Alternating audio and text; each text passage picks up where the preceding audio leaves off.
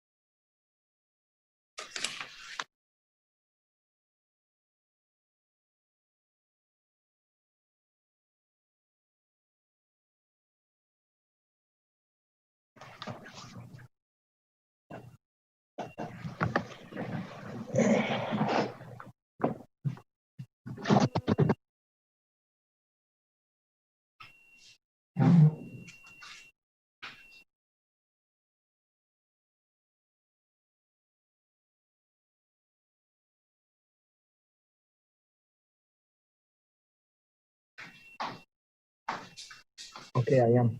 All right, everybody. Alex, are we ready? Yeah. Okay, awesome. Commissioners, good morning, public. Good morning, city attorney staff. I'd like to call the Birmingham City Commission of July 20 to order. Please join me in standing for the Pledge of Allegiance. I pledge allegiance to the flag of the United States of America and to the republic for which it stands, one nation, under God, indivisible, with liberty and justice for all.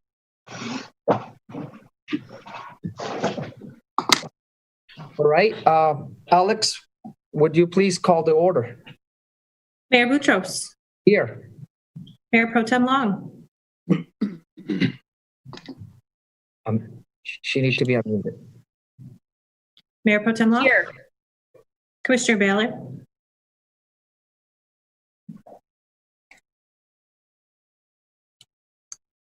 Here. Thank you. Commissioner Hoff. Here. Commissioner Host. Here. Commissioner Nikita. Here. Commissioner Sherman. Here. All right, that we'll move to proclamations, congratulatory resolutions, awards, appointments, resignation and confirmations, administration of oath, introduction of guests, and announcements. First announcement of tonight is the city offices all will remain closed to the public. All departments are accessible via phone and email. Payments may be dropped off using the convenient drop box located behind City Hall and accessible via the police department parking lot of Henrietta Street. The Baldwin Library is open to the public. Building capacity is limited, and people are asked to limit their stay to 45 minutes. Public computer use is restricted to 30 minutes. Mask and social distancing are required. The library is open on its regular schedule 7 days a week and is also offering curbside pickup service to patrons during limited hours, which are listed on the library's website. The expanded and renovated youth room will probably be open to the public within the next several days. This will be the culmination of an 11-month building project. Congratulations. The exterior landscaping will be completed in August. Very excited. We encourage as I always, it's been a while since this unprecedented time. I've been repeating myself also. I've been repeating this announcement because I do believe they're important announcement. And I can't emphasize more the encouragement that I have for the public to really, for everyone to sign up as a reminder for our email distribution system in order to receive the latest information from the city. It is the best engagement you can have and the easiest way to stay informed. So please, I encourage each one to do so. And excuse me for being repetitive at all time and make the same announcement. And I will keep doing this because I do care to communicate with my community. And I hope you tune in and you sign in. Well, you can do this by going to our website and clicking on the box in the lower right corner of your screen to sign up. The clerk's office reminds all registered voters that you may request an application for an absent voter ballot for the August 4th, 2020 primary election by downloading the application found in the voting section of the clerk's office page at www.bhamgov.org. You can return it to the clerk's office by mail, email, fax, or by dropping it off in the city's drop box located behind City Hall in the police department parking lot.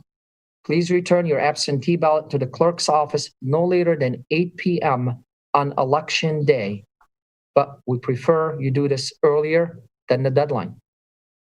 Finally, if you're interested in working as an election inspector in Birmingham in the upcoming election, please contact our office at elections@bhamgov.org, or you can call 248-530-1880.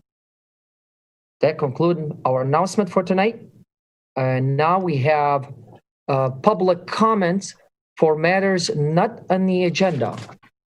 And I want to see if there's any hand or any public. Please, if you are a public, yeah, I see some hand, and would like to announce or say anything not on the agenda tonight, please raise your hand so I can see you and call your name. I see Kathy, but no last name. Please state your full name and address for the record, please.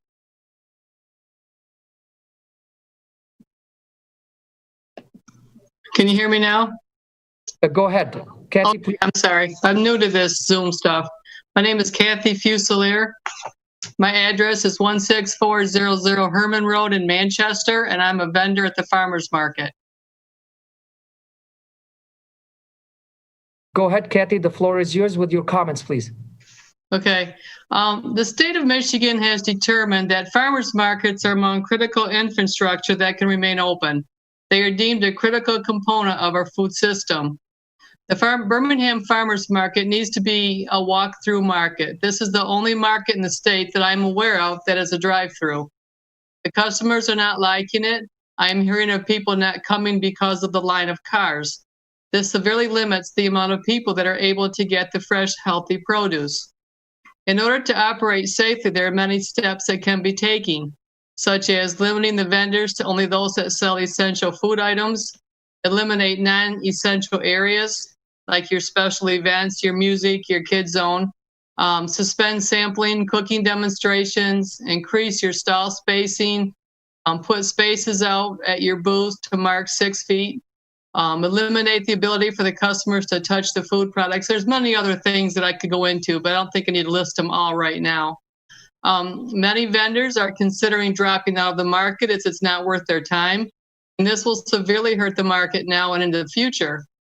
Farmers markets are not considered events by the state, but are considered essential business, just like the grocery stores.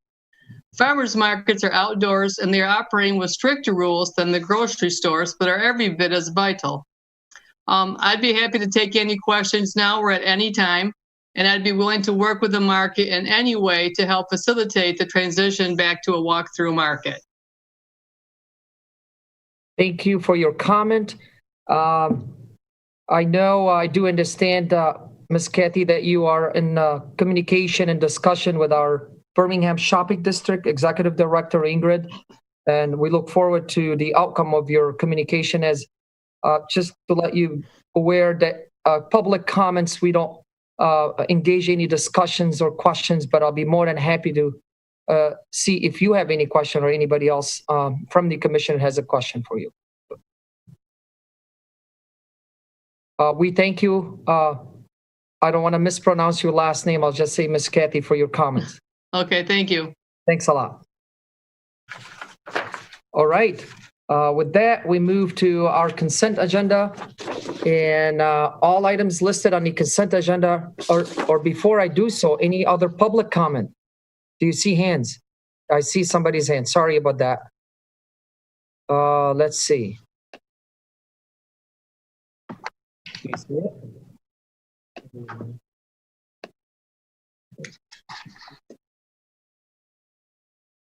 Yes. Oh, here we go. I saw it for a second, but then it disappeared. Can you hear me, Miss Buongiorno? Yes, I can. I apologize for not raising my hand with the little graphic, but thank you for giving me the chance to speak tonight. I'm coming to you today after submitting a letter about a week and a half ago suggesting the creation of Birmingham's 15th public playground in the neighborhood of Corton Lakes Estates. And I appreciate your time and the opportunity to speak tonight, and also thank some of my friends and neighbors who have also shown up for tonight's meeting. The idea is that we would use the public space that is adjacent to Fire Station number 2 and create a multi-purpose, multifunctional playground space that could be a great asset to both the Corton Lakes Estates neighborhood as well as the Birmingham community at large. And the idea was hatched about a year ago when a friend and I took our collective 6 kids to Birmingham's wonderful 14 playgrounds in one afternoon. And we enjoyed it and we're exhausted, but it dawned on us the one neighborhood in town that does not have its own community playground is Corton Lakes. So then I was chatting with one of Birmingham's most esteemed and active citizens, Patricia Andrews, and she said, Kate, why don't you talk to the city about using the open space next to the fire station? And I thought, well, great, we have an idea, we have a location. So I started chatting with some of the neighbors, and it turns out there's also great interest in this possibility.